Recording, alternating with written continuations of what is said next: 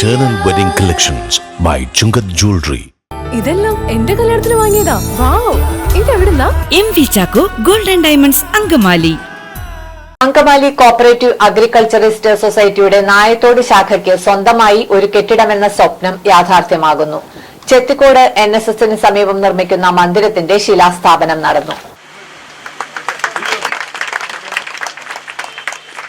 കഴിഞ്ഞ 2 വർഷമായി നായത്തോട് പ്രവർത്തിച്ചു വരുന്ന അങ്കമാലി അഗ്രികൾച്ചറിസ്റ്റ് സൊസൈറ്റിയുടെ ശാഖയ്ക്ക് സ്വന്തമായൊരു കെട്ടിടമെന്ന സ്വപ്നം യാഥാർത്ഥ്യമാവുകയാണ്. ചെത്തിക്കോട് NSSന് സമീപമുള്ള സ്ഥലത്ത് നിർമ്മിക്കുന്ന മന്ദിരത്തിന്റെ ശിലാസ്ഥാപനം MP ബെന്നി ബെഹനാൻ നിർവഹിച്ചു. സഹകരണ പ്രസ്ഥാനം നമ്മുടെ നാടിന്റെ സാമ്പത്തിക മേഖലയുടെ ചാലശക്തി എന്നത് മാത്രമല്ല, ജനങ്ങൾക്ക് ഏറ്റവും കൂടുതൽ വളരെ പെട്ടെന്ന് അവർക്ക് സഹായം ലഭിക്കാൻ പറ്റുന്ന സംവിധാനമുള്ള, ക്രമീകരണമുള്ള, മറ്റു ബാങ്കുകളെക്കാൾ കൂടുതൽ ആളുകൾക്ക് എത്തിച്ചേരാൻ കഴിയുന്ന ഒരു മേഖലയാണ് സഹകരണ സ്ഥാപനങ്ങൾ. അതുകൊണ്ട് സഹകരണ സ്ഥാപനങ്ങളുടെ ഉയർച്ച, സഹകരണ സ്ഥാപനങ്ങളുടെ സഹായം കേരളത്തിൻ്റെ എല്ലാ മേഖലയിലും കൂടി ഇപ്പോൾ സഹകരണ പ്രസ്ഥാനങ്ങൾ കടന്നിയല്ലാത്ത മേഖലകളില്ല. പണത്തിൻ്റെ സർക്കുലേഷൻ, പണം ചുമ്മാ അച്ചടിച്ച് നോട്ട് കത്തുപിടിച്ചാൽ അതിന് വിലയില്ല, കടലാസിൻ്റെ വില മാത്രമേ ഉള്ളൂ. നമുക്കറിയാം, പണത്തിന് വിലയുണ്ടാവുന്ന സർക്കുലേഷൻ നടക്കാൻ പറ്റില്ല. അതിൻ്റെ സർക്കുലേഷനാണ് പണത്തിന് എപ്പോഴും മൂല്യമുണ്ടാക്കുന്നത്, അതുകൊണ്ട് പ്രയോജനമുണ്ടാക്കുന്നത്. അതുകൊണ്ട് നമുക്കറിയാം, പണത്തിൻ്റെ സർക്കുലേഷൻ അത് ഏറ്റവും കൂടുതൽ, എനിക്ക് തോന്നുന്നത് വലിയ ബാങ്കുകളെക്കാൾ കൂടുതൽ നാട്ടിൻ പുറത്ത് പണത്തിൻ്റെ സർക്കുലേഷന് വേണ്ടി സഹായം ഒരുക്കുന്നത്. മുനിസിപ്പൽ ചെയർമാൻ മാത്യു തോമസ് അധ്യക്ഷത വഹിച്ചു. മറ്റ് മേഖലകളിലേക്കും പ്രവർത്തനം വ്യാപിപ്പിച്ചു. ബാങ്കിങ് ഉൾപ്പെടെ സാമ്പത്തിക മേഖലയിലും പ്രവർത്തനം. അപ്പോൾ എല്ലാവരും മനസ്സിലാക്കിയിരിക്കേണ്ട ഒരു കാര്യം, പഴയ ആ ഒരു സ്റ്റാഫ് സ്ട്രെങ്ത് മാത്രമാണ് ഇപ്പോഴും ഉള്ളത്. 13 പേരാണ് ആകെ ഉള്ളത് നമുക്ക്. അപ്പോൾ അതിന് കൂടാതെ മറ്റ് ധാരാളം നമ്മുടെ ജീവനക്കാർ സൊസൈറ്റിയിൽ പെർമനൻ്റ് അല്ലെന്നുള്ളൂ, അവർ പെർമനൻ്റ് നേച്ചറിൽ തന്നെ പ്രവർത്തിച്ചു വരികയാണ്. അങ്ങനെ 70ഓളം ജീവനക്കാർ സെക്രട്ടറിയുടെ നേതൃത്വത്തിൽ ഇങ്ങനെ ഉറുമ്പ് കല്ലെടുക്കുന്ന പോലെ ഇങ്ങനെ പ്രവർത്തിക്കുന്നതുകൊണ്ടാണ് ഈ സ്ഥാപനം നന്നായി പോകുന്നത്. ഇന്ന് എല്ലാവരും തന്നെ ഇവിടെ വന്നിട്ടുണ്ട്. ആ നിസ്സീമമായ ജീവനക്കാരുടെ സഹകരണത്തിന് ഞാൻ ഭരണസമിതിക്ക് വേണ്ടി പ്രത്യേകം നന്ദി പ്രകാശിപ്പിക്കുകയാണ്.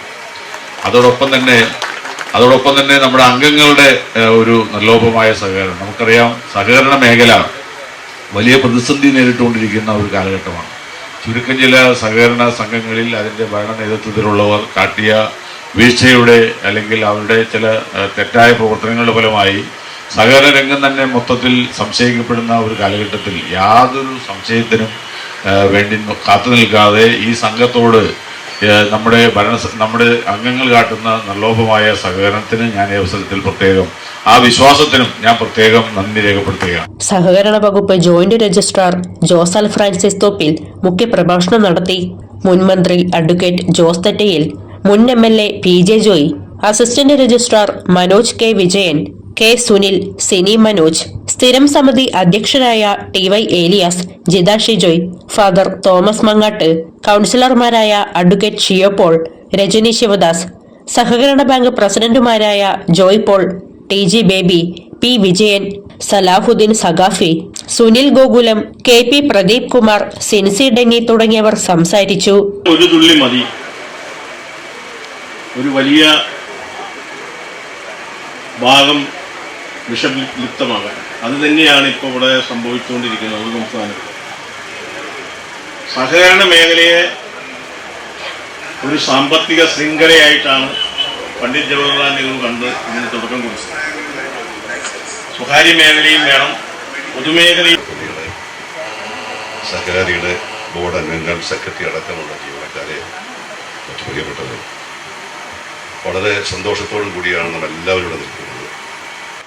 വളരെ സന്തോഷമുണ്ട് ഇങ്ങനെ ഒരു പരിപാടിയിൽ പങ്കെടുക്കാനായിട്ട് കഴിയുന്നത്.